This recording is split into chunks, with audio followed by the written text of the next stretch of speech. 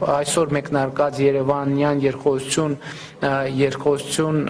համաժողովի շրջանակներում առիթ ունեցել եմ ներկայացնելու խաղաղության օրակարգը, խաղաղության օրակարգի իրականացման վերաբերյալ մեր պատկերացումները եւ ուզում եմ եւս մեկ անգամ ընդգծել, որ մեր ռազմավարությունն է, մեր ռազմավարական որոշումն է մնալ հավատարիմ խաղաղության օրակարգին եւ ես հույս ունեմ, որ այսօրվա զեկույցի ընթացքում կարողացա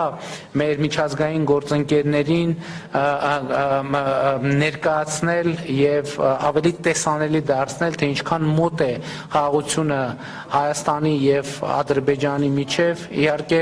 մենք լիարժեք եւ ամբողջական այդ մասով մեր պատասխանատվությունը կիրացնենք եւ ուրախ եմ արձանագրել, որ մենք նաեւ մեր խորհրդակցություններն ենք շարունակում Ադրբեջանի հետ, որպեսզի այս պատմական հնարավորությունը բաց չթողնվի եւ թույլ տվեք արտահայտեմ իմ համոզմունքը, որ բաց չի թողնվի, որովհետև իհարկե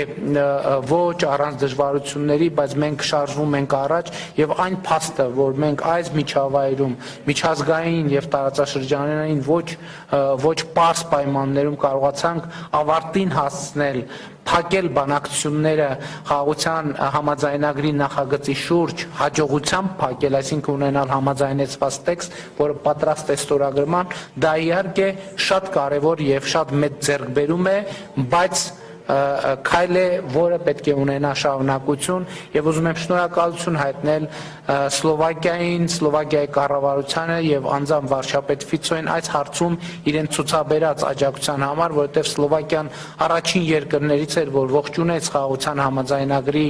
նախագծի շուրջ բանակցությունների ավարտը, համաձայնեցումը խաղաղության նախագծի եւ իհարկե այն երկրներից է, որ սպասում է համաձայնագրի ստորագրման